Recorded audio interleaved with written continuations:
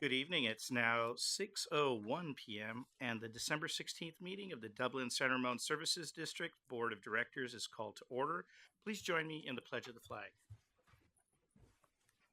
I pledge allegiance to the flag of the United States of America and to the republic for which it stands, one nation, under God, indivisible, with liberty and justice for all.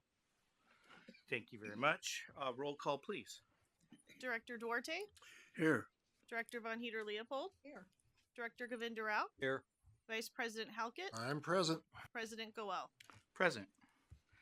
Very good. We'll move on to item 4, board reorganization. Item 4A, select and approve the president and vice president of the board of directors for 2026.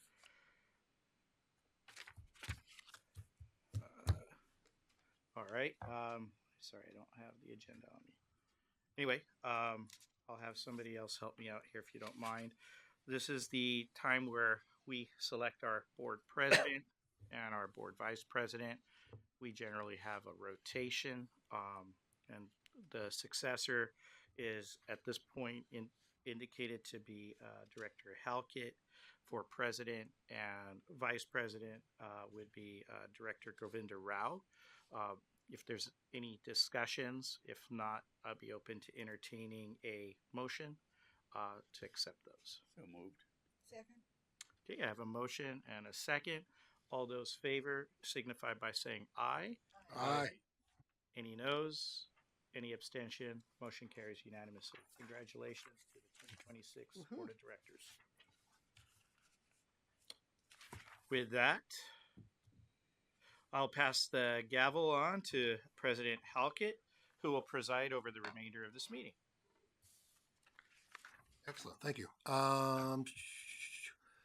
First things first. I have a small trinket here. We're going to go in front and present our departing president, who's done a spectacular job navigating a couple of tricky issues, and ran board meetings really well, clean all the way through, piece of cake. So let's go up front. Thank you.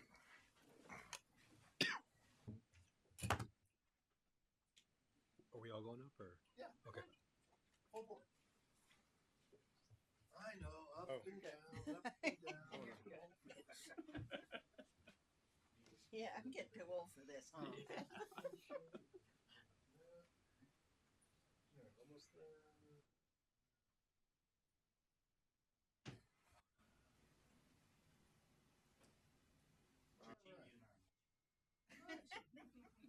Good holiday outfit. All right.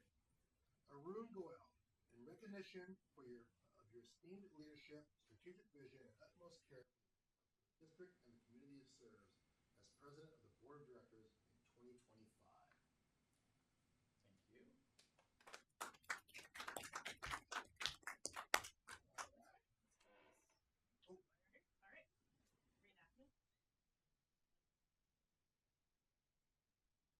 Perfect. Thank you. All right.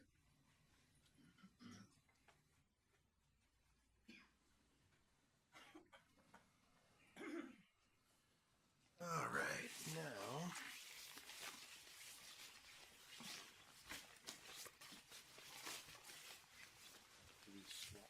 Nope, we just here. I need to get my reading glasses out. All right. Apologies for the delay. I gotta get my reading glasses out now that I need to actually read the script. Okay. Special announcements and activities. No special announcements this evening. That's a good answer. Public comment. I have no blue cards in front of me. Anything that I need to know about? No speaker cards. Excellent. Agenda management. No recommended changes. Straight on through. Even a better answer. Consent calendar, item 8. So these matters are typically taken as a whole because they're non-controversial.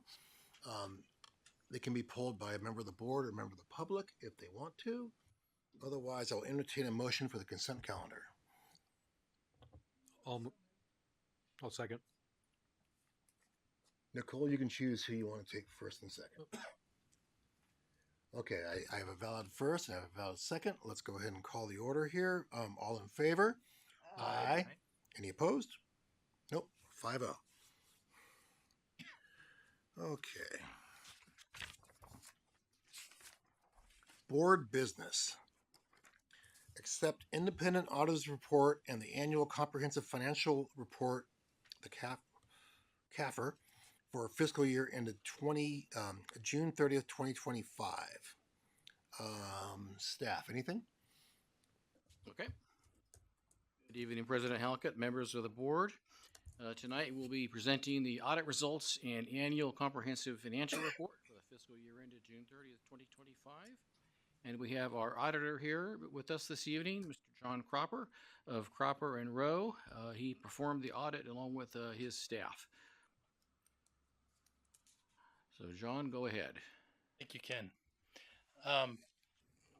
President Halkett, members of the board, esteemed members of the board, it's a pleasure to be here tonight to present your audit report for this June 30 year ended 2025. I have a couple slides, and I'm here really for you and for your questions. Of course, hopefully between Ken and I, and it looks like the entire accounting department, we can answer those questions that you might have. We are almost, I think, to the submission stage of the ACFR, the Annual Comprehensive Financial Report. We are part of that report as the audit. There's a financial statement section in there. There's also a statistical section, which we don't have a whole lot to do with, and an introduction we don't have a whole lot to do with. But it's a lot of work. This report was a lot of work, and there's probably a lot of people over here wishing it happened a little bit earlier. And it was the first year of your auditor.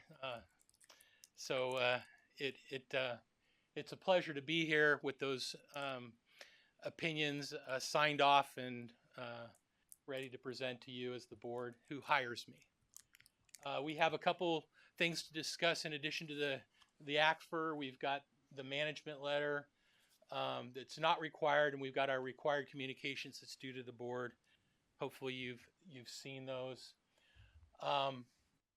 We follow GAAP, which is full accrual accounting. I see up there enterprise fund, proprietary fund, enterprise fund. When you see that in a governmental context, it really means full accrual accounting, similar to any business that you might see out in the real world. It's not driven by fund basis. It's more, which is more your budget basis that you probably care a lot about, and some people in the room care more than others about it. But it's full accrual accounting. We have our standards that we follow along those lines. The most important thing that we really have to present to you tonight is our financial statement opinion. We give one opinion. There are three, sometimes there are three, depending on what standard you're following, reports in your financials. The opinion that we have is a clean opinion, unmodified opinion. It used to be considered a unqualified opinion, but that was too confusing. So you'll never hear that anymore, the unqualified. What you'll hear is unmodified. So in the opinion, they've highlighted certain areas, the basis for the opinion. We could, in the interest of time, we won't go down through all those sections unless the board has questions on that. But then there are areas that, what are the responsibilities of management or the auditor? And in recent years, those opinions have changed quite a bit. And so they do call out things like, the auditor maintaining independence, professional skepticism, identifying risks, looking for risks that are material to the financial statements. And the question comes up, what is material? And that is whatever you think is material as the reader of the financial statements. The auditor has another various things that we look at during the audit, whether it's the balance sheet, income statement, or certain risks. There is no materiality for fraud, just so you know, if that is found. We have to obtain an understanding of internal controls, even if we don't rely on the internal controls. And as an emphasis of a matter in this year's audit report, there was a prior period adjustment, and I think we had a couple. And then in addition, on the required supplementary information, what is that? Well, that's the MD&A, and there's some pension OPEB stuff in the back that's also kind of interest, I think, to the board as you guys go through the report. If I were in your position and I was not a CPA, like I know some of you might be, I would be looking at the MD&A, which is prepared, the management discussion analysis is prepared by your staff. It gives you a chance to look at year-to-year differences and to understand what's going on within those differences. So I think it's very helpful to know that, because those financial statements are made up of the opinion, the MD&A, the financial statements, and the notes. So that's probably more than I've ever done on the opinion, even though it's the most important part, but I have it up here. So here we go. The audit timeline does start a little bit earlier, probably should have started a little bit earlier than we started, being that we're first year on site. We came in, I think it was in May, and we were done here on site in October, but there's 3 phases. There's, the planning phase, that's kind of in May, and then there's the fieldwork phase, and I think we finished that in October, I could be wrong. And then there's the final phase, which is preparing the financial statements. Staff did the financial statements. That really helps me as an auditor be more independent. So I think that might have been the first year that's happened. I was kind of a little bit insistent on it. I mean, That's correct. Yes. okay. So, financial highlights. I mean, this is shown in millions. So these numbers are not small. You can see the assets and deferred outflows. We consider the deferred outflows. There's a little bit of a timing difference thing going on there, but it's an asset. 661 compared to 640, quite a change, but it's just percentage-wise 3%. On the revenue side, 118 versus 105 in the prior year, 12 is the difference, and it's almost 12%, which is always a good thing to see, right? If you're going to be off, let's be up in revenues, right? Expenses, 94, 97, and down 2.8%. So you got kind of good stuff going on both sides. You can see the operations has been broken out. You can see investment income going up. We can always come back to these. I love this slide, actually. This is a clever slide. I did not put this together. I'm not going to take credit for it. But you've got assets and deferred outflows. We're going to call those deferred outflows, even though they're timing things. We're going to call them assets as well. And you see the little minus, the liabilities and deferred inflows. We can call the deferred inflows liabilities also. And then we've got the equals, the net position. So if you get all your assets in and you pay off all your liabilities, you're left with the net position of $576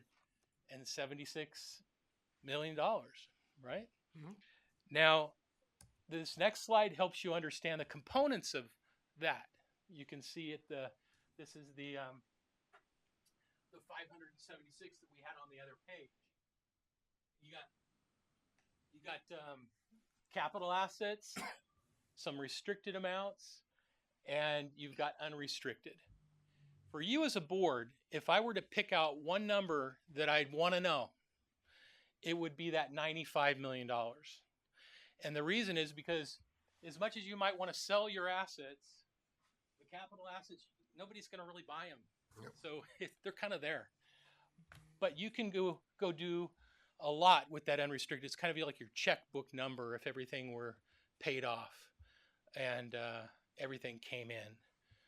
It's kind of how much you could not go out for debt on, or how much you could do projects if you, as a board, were planning.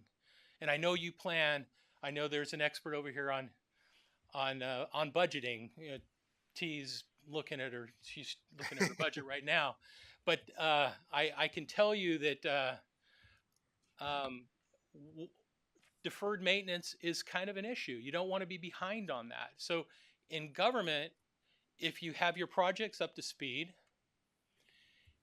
some years you may not add to the bottom line, and that's totally okay. This year you went up, your change went up $23 million, almost 24. So 4% up. If you're going to be off up. I think that's a good idea. But you know, could other ramifications could be going on.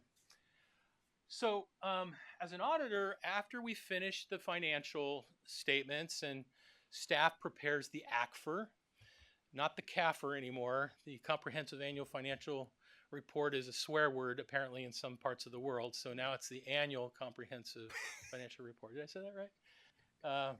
So anyhow, we're adjusting to say the ACFR. We've got the SAS 114 letter, which you're always going to get from us. And in that letter, there's sensitive disclosures and sensitive estimates. So it's like a 2-page. Hopefully, do you all have that?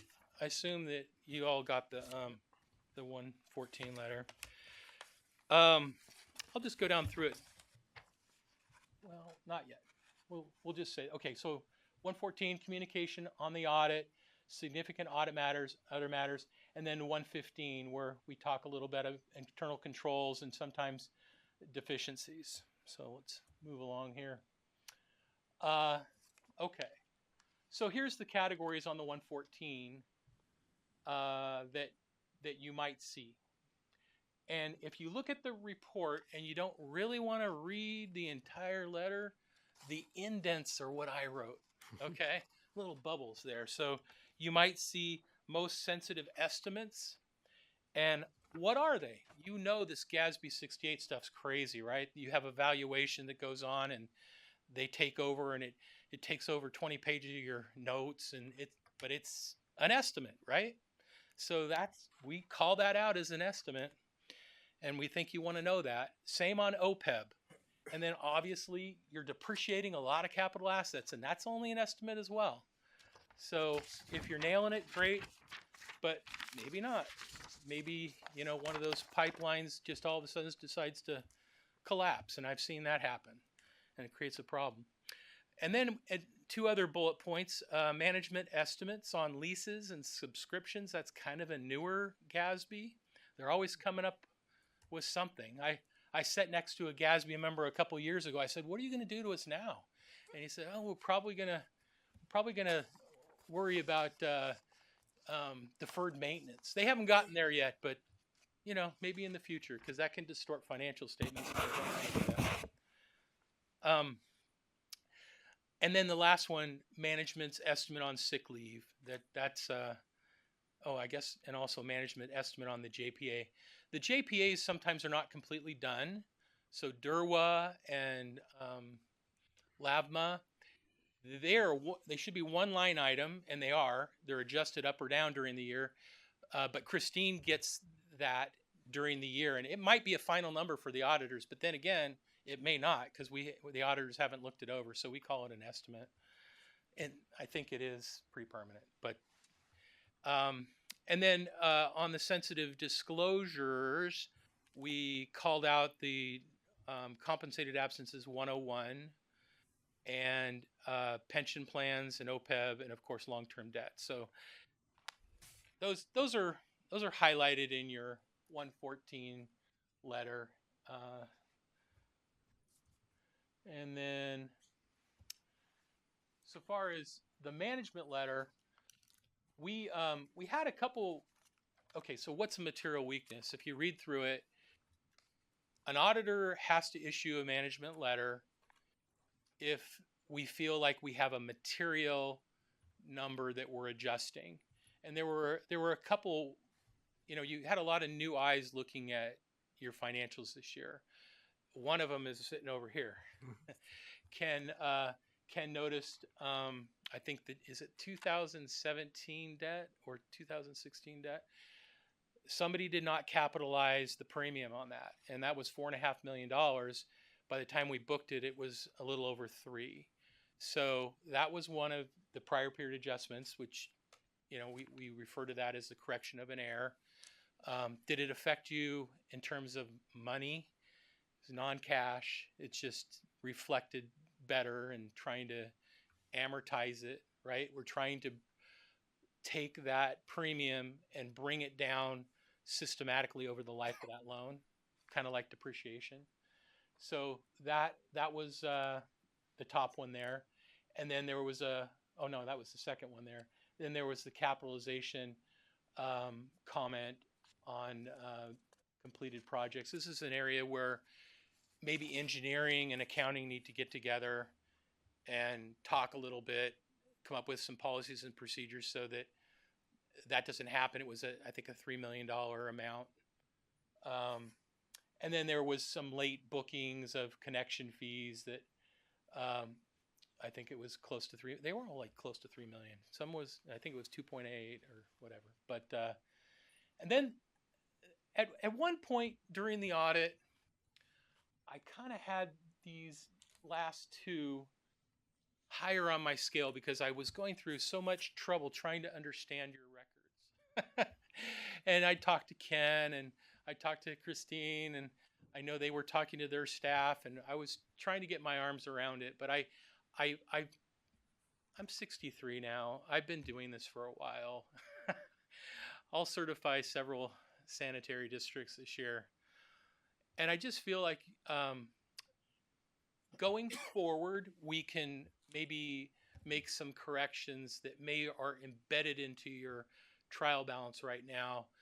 Not necessarily right away, but when your staff and you are kind of ready for it.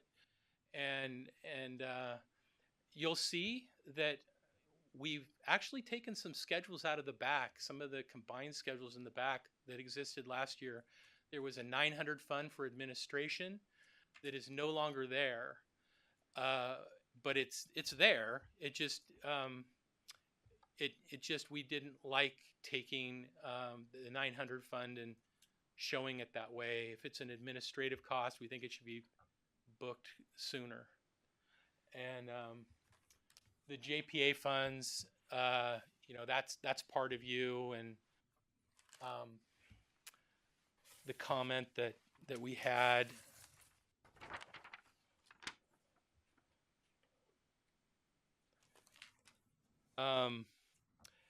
Yeah, this is more of a timing thing on here, but they're like your 900 fund. You've got an 816 and an 870 that probably are more complicated than they need to be, or your auditor needs to understand the books better. One of the two. It's always a possibility. First years are always, let's get through that audit, and we think we did the best that we could do, and we have a lot of respect for the district and your staff. They're very good. But sometimes they're given things that have been traditions, and sometimes those traditions no longer really apply, and maybe need to be modified and brought up to date, and make you better, make your auditor better, so he can understand things earlier, so he can really audit rather than try and understand. This is sounding a little bit too much like a confessional. I better move on. Yeah, do we have questions? Okay. Any public? Nothing public, right? That's correct. Okay. Should we go left to right or right to left this time? Let's go right to left. Georgine, anything? No, I don't have any questions. Mr. Duarte? Mr. Goel? Thank you for a good presentation and being very, very thorough. I think it's always pleasant to have some fresh eyes to share some new insight. Well, and with changing regulations, Yes. it brings forward another lens. So thank you. Thank you. And I would be remiss if I didn't thank staff for their good work. I do know you guys don't sleep well at night with these numbers, so thank you for getting us to sleep a little bit better. You're so good at that. Which portion is sleeping or the not sleeping? Just being nice. Mr. Gravendaro. Thanks again for the nice presentation. Just a quick thing.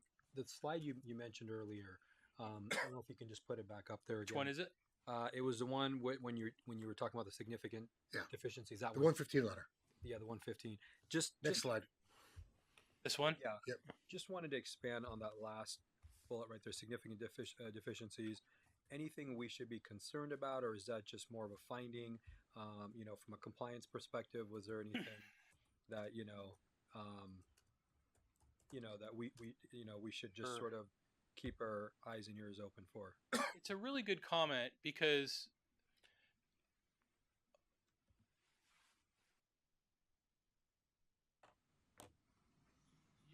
your financials were prepared by your staff this year, and it was a lot of work, and they're building it up, and they've been building it up, and they put a lot of time into this 900 fund, which I don't think it helps us compare year to year. It it's kind of over here by itself, and I think that if it were if all the administration were booked to the expense as you went, that would be ideal. Quarterly, we could tolerate. End of the year, for sure. So the administrative, for whatever reason, the way that the 900 fund has evolved, it's just odd. And So going forward, are we going to be doing away with that 900 fund, or what's? I think we are recommending, and we do want to be a little collaborative on this. Sure.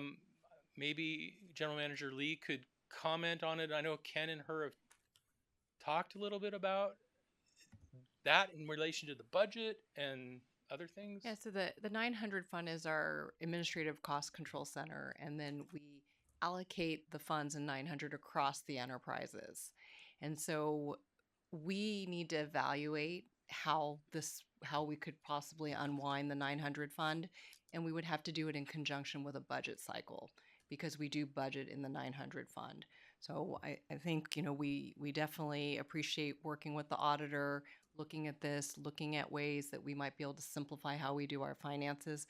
But we do need to spend some additional time looking at sort of the repercussions or what else is affected as we start to try to look at unwinding the 900 fund. This is something that, this is how we've managed our finances for more than decades. Sure. So it's going to take some time to evaluate. No, thank you for those comments. And I'm just curious, like when they were doing the audit, was that mapped out for them, kind of in the beginning regarding navigating through the 900 fund and how we're allocating? I might have to ask Ken. And it may, and it like again, it may be like question. what I'm hearing earlier from what he was mentioning is that sometimes going to audit or then trying to figure out what there is, and maybe if we do certain things a little bit differently, just to make to potentially educate our auditors kind of how we're doing it, so then they're not spending a lot more time. Right, and I and again I'll let Ken, and maybe if someone on the finance team wants to answer, I would say that prior to Cropper we had an auditor for quite some time. The principles changed, but they were very familiar with how we did the books.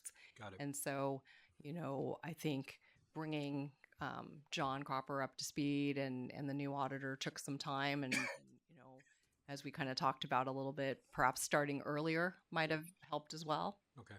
But Ken, do you want to add anything? Well, I was just going to say that what we'll do is we'll look at it, step by step. Not going to jump into anything, with all fours, so to Sure. speak. Study it, review it. Make sure that we're able to make any changes in a controlled fashion, and not make some change and then be Right. sorry or regret that we made the change. Right. And so we'll basically map it out first, and then make sure that everyone's clear on what we're doing and how it's going to work. And like any project, it's going to have a the date and timing of it all set up.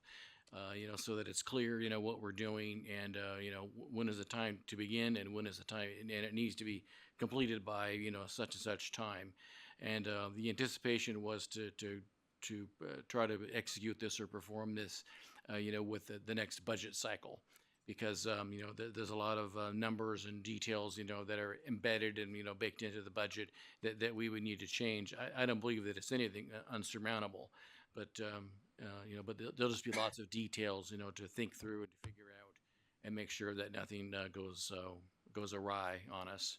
Great. No, thanks, Ken. Appreciate that. And, Yeah. and I just again wanted to thank the staff and also the auditors for all your hard work. Appreciate it. Yeah, I thank don't you. have anything else.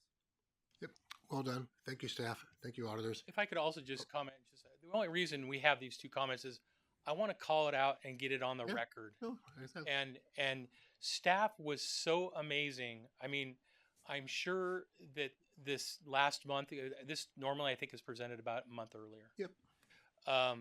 And I think it was a productive last month, but I think it was a very painful last month. There were a lot of hours that went in on both sides that I'm glad to see, Christine and her staff getting that recognition, because it's not easy having an auditor like me come in for the first year, for sure. well, we've had you and Ken in the last year, so we've had a lot of new Yeah. eyes on And- it. yes. All right, so in theory, 900 should be closed out to zero by the end of our year, right? Basically, just charge all the expenses directly to the enterprise service funds, where it goes, without going to 900 and then allocating. So are we closing 900 out to the other areas yearly, quarterly, monthly? Presently, I believe it's a monthly. That's good. So we Yeah. should have 900 at zero at the end of every month. That's correct. Yeah. Okay. And what that causes is that if you're a manager, supervisor, someone looking at a budget to actual screen within the financial system, the data that you're looking at is always a minimum of a month behind because of the timing delay of when this allocation is made and posted. Got it. And so, in order to have accurate, up-to-date information at any moment in time, that all the transactions need to be posted, as they're entered. So you're posted to 900 as you do expenses or revenue. Yeah. Not much revenue. It's all expenses. And then there's a manual journal entry, probably spreadsheet driven at the end of every month to get That's things. correct. Yes, for this allocation, All right. Can that be improved? it's approved. Yes. Huh? Improved. Oh, improved. Yeah. There Spreadsheet-based- would always be this timing delay, and I don't know of any way to get around that. Right. So Now on the construction and on the CIP side, which is not on the construction in progress side, is that just training? Anything that's over a certain amount of dollars has to go into the CIP that's correct. account This number was versus a going to tricky expense. situation that had been in CIP for a while, and there just needs that procedure. It needs to be strengthened, so that there's basically like maybe more questions asked, or it's discussed more thoroughly, or something along those lines. And we're working with staff and both with engineering, to close the loops of things that can go wrong. And what's the threshold in our organization for going to CIP versus expense? 20,000 20,000. for this district. Yes. It was 10 when my old company. So, and I had to have the same training. It's like I had guys charging $12,000 to an expense account when it should have gone to. Yeah, I get it. It's hard. Yep. Anyway, any more questions? Again, staff, thank you so much. I know a 115 letter is not the most exciting thing to get, but at least from this board member's perspective, I view it as a constructive thing. We're going to learn and we're going to get better. And I support you and thank you for the clean audit. If I can, I just had a few more comments I Oh. wanted to make on the report. Oh, there's more slides. Behind the question slide. My God. It's only one. So we're very pleased and proud that the district has received the ACFR award for 24 consecutive years. And I wanted to bring to your attention that for this year's report, we made a number of improvements. John mentioned some of them For transparency, for example, on the basic financial statements themselves, wastewater was combined into one column. We have now broken that out so you can see the three Oh. individual services that we provide, and you can see specific numbers, particularly for regional, wastewater and local wastewater. So I think that's a very good addition to this report. We updated many of the footnotes, both for language and presentation, to make them simpler and just update them, for technical aspects and finesse, essentially with accounting finesse. And then John also mentioned that we pared down the combining worksheets to the fund families themselves for each of the services, Mhm. so that we clearly show the four funds: the operating fund, the rate stabilization fund, and the two capital funds, and then combine them together, which is what comes up to the main financial statements themselves. So there were many other changes, but those are more more for us. But those are the three large things that should be fairly obvious if you're have any experience looking at these reports and what they used to look like before. So we're very pleased, and that's it for me. Thank you. Thank you so much. All right. So we have to accept this thing. So do I have a motion to approve item 9A, accept the audit for fiscal year ending June 2025? I'll put the motion forward. I have a motion. I'll second. I have a second. I have 2 seconds. I have multiple seconds. You can pick one. All right. All in favor? Aye. Aye. None opposed? 5-0. All right. 9B.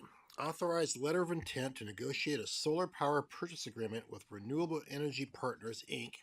and Endelos Construction, LLC for the design, installation, operations, and maintenance of solar voltaic EV chargers and battery storage systems. CIP 24-A046 and CIP 24-L045. Right. Good evening. Make this closer. It's on, right? Good evening, President Halkett, members of the board. I'm Steve Delight, the Engineering Services Director, here tonight to talk again about solar. So, in support of the strategic plan and the energy policy, the district is pursuing the installation of solar systems at the district office, field operations, the wastewater treatment plant, and LAVMA. For each site, the district is pursuing these projects as a power purchase agreement, which is an agreement where a third-party provider designs, installs, and operates a facility on a site at no cost to the host. In exchange, the owner agrees to purchase the power that is generated on the site, typically for a 15 to 25-year term. This mechanism allows the owner to minimize upfront capital costs while getting power at a lower cost fixed price, and then also staff does not need to maintain the infrastructure. In June of this year, a request for proposal was issued to solar PPA providers and selected Endelos as the top proposer. After the selection, district began to negotiate the PPA. Due to timing, the PPA cannot be negotiated and finalized before the end of this calendar year. Endelos has indicated that a letter of intent would allow them to continue to pursue investment tax credits, which are key to the economics of the project. All parties, including LAVMA, have negotiated the LOI, which is attached to this staff report. Primary terms are all parties will negotiate the PPA at their own risk and will not shift liability under the LOI or pay any termination fees or expenses under the LOI and there'll be no reimbursement at all if an agreement is not reached. The only costs incurred would be for staff and legal fees. The agencies agree to be bound exclusively to negotiate in good faith with the contractor for 90 days. And obviously, we're not going to be bound by terms that are still under negotiation. The commercial terms of the PPA must be consistent with the terms that were provided in the proposal that we received, unless the parties mutually agree something otherwise. And Endelos, they may conduct due diligence activities on site, but non-invasive, data collection, site visits, photos, etc. Um, DSRSD would execute the LOI on LAVMA's behalf, with LAVMA signing as a consenting third party beneficiary, not as the primary contracting party. This is due because LAVMA cannot directly execute the LOI or PPA because LAVMA does not hold real property rights at the LAVMA pump station site.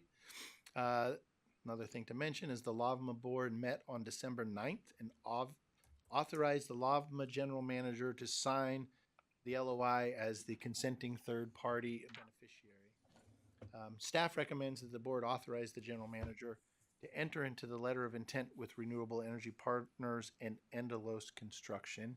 And then I'm available, staff is available if you have any questions on the item. Thank you very much. Public comment? We have no speaker cards. No public comment. All right, board. What left this time? Any questions, comments? I don't have anything. Mr. Goel? None. Mr. Duarte? Did we get all our points that we were concerned about as far as the legal agreement? Well, in the LOI, yes, we are still working on the power purchase agreement, which is going to closely follow the terms of the LOI and the original request for proposal. All right. Ms. Georgine? No, I don't have any No comments. questions. You know me, all I care about is if the thing goes south, we don't own panels or batteries, right? Somebody else does. Okay. Correct. All right. Well, no, because they have to buy them beforehand. And so I've seen these where then you're saying, hey, I got a big pile of batteries and who's going to own them? Have All I- right. Well, just to comment on that, the LOI doesn't commit to anything from a district perspective. So you'll later see a power purchase agreement, and you should be ready to ask that question again because it will be very timely. Keep asking. Okay. All right. Thank you so And much. I'll just add, and the LOI is very clear that if we fail to reach agreement after the 90 days and Endelos has gone out or someone has gone out and purchased panels, that's on them. That's Got it. their risk. Yep. That's all I cared about. All right. Given no further questions, how about a motion here? I'll go ahead and put a motion forward to authorize the letter of intent to You're hogging the motions, my solar friend. power purchase agreement. Been silent for 12 months. That's like 3 in a row for you, my friend. I'll second it. All right. There we go. I have a first and a second. All in favor? Aye. Aye. Are you going to go pirate style? Aye. All right, there we go. Okay.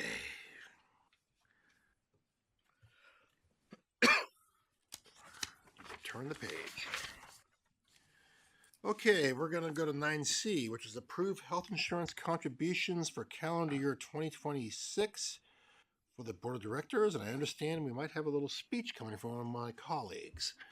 I am recusing myself from any participation in any discussion, decisions, or voting on item 9C, approved health insurance contribution for calendar year 2026 for board of directors because I receive health benefits as a retired board member of DSRSD. Thank you so much. At least next year I'll be closer. That's true. You're getting your steps into it. Oh, I didn't bring my pass. There you go. Thank you. Alrighty. Let the record show that Director Von Heater Leopold has left the room, and we'll go ahead with public comment. No speaker cards. Staff, please. Good evening, President Halkett, members of the board. My name is Samantha Kohler. I'm the Human Resources and Risk Manager. The item I'm here to present this evening is the approval of the health insurance contribution for the Board of Directors for the calendar year 2026. The district contracts with CalPERS to provide health insurance to board members and annuitants. In order to provide a new contribution amount each year, a resolution is required to be approved by the board and sent to CalPERS. Staff recommends the board approve the district maximum monthly contribution for board members and annuitants to be the same as the contribution approved in the successor MOUs for the Local 21 and NMIBU employees and in the salary and benefits resolutions for unrepresented employees. If the board approves this amount, the attached resolution will be sent to CalPERS by the end of December to be effective for February 1st. Staff is available if the board has any questions. All right, we're short here. Mr. Duarte, any questions? Questions? Yep, once a year. How about you, Mr. Quill? All right, I have nothing either. I need a motion and a second if you guys want to move this forward. I'll move. There you go. And I'll second. All right, all in favor? Aye. Aye. None opposed. 4-0. Thank you so much. Somebody retrieve Georgine, please.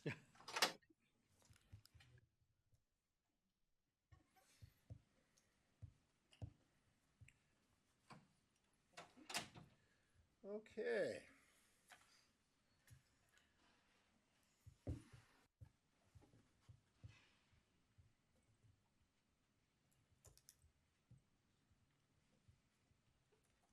All right, moving on to 9D, which is discuss board committee and joint powers authority assignments for calendar year 2026. I think this one comes to me. Tried to keep it as roll forward as possible and keep it balanced. Also tried to cater to people's desires and their special interests. You know, for example, Director Duarte is on Pleasanton because he's an expert in wastewater treatment plants, and that's really all we ever talked to them about. So I figured having him there was important. You know, Dublin ex-city council members made sense with Vanderwell and with Yokoel and Georgine, and you know, just try to keep it balanced. So if anybody doesn't have any, well, does anybody have any issues? Seem clean? I see nods. Good to me. All right. Yep. And do note that there are 2 columns in here that are actually doubles. Tri-Valley and Zone 7 is 2 committees, though I think we're not going to meet with the zone very much by themselves. It'll be mostly Tri-Valley.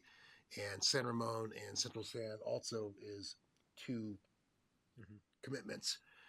They understand San Ramon prefers to have us just come once a year and talk this city council. I will let Director Vanderbilt and Dr. Duarte you flip a coin or arm wrestle for who goes to the city council meeting, or you can both go together and just do a tag team thing, which actually can Intimidate them. be kind of fun. Right. Bring some meeting heft to it.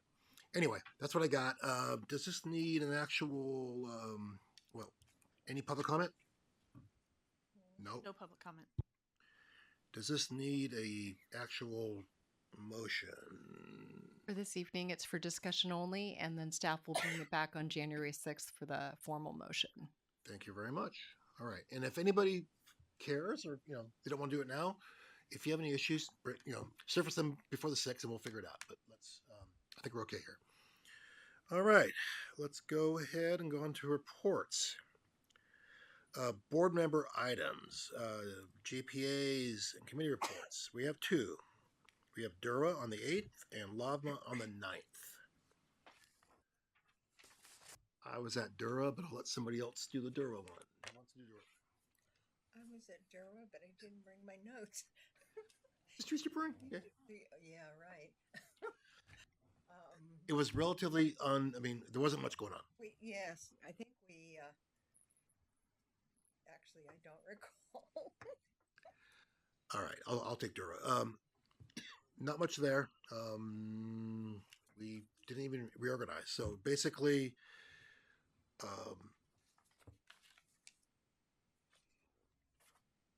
sorry, I'm blinking too.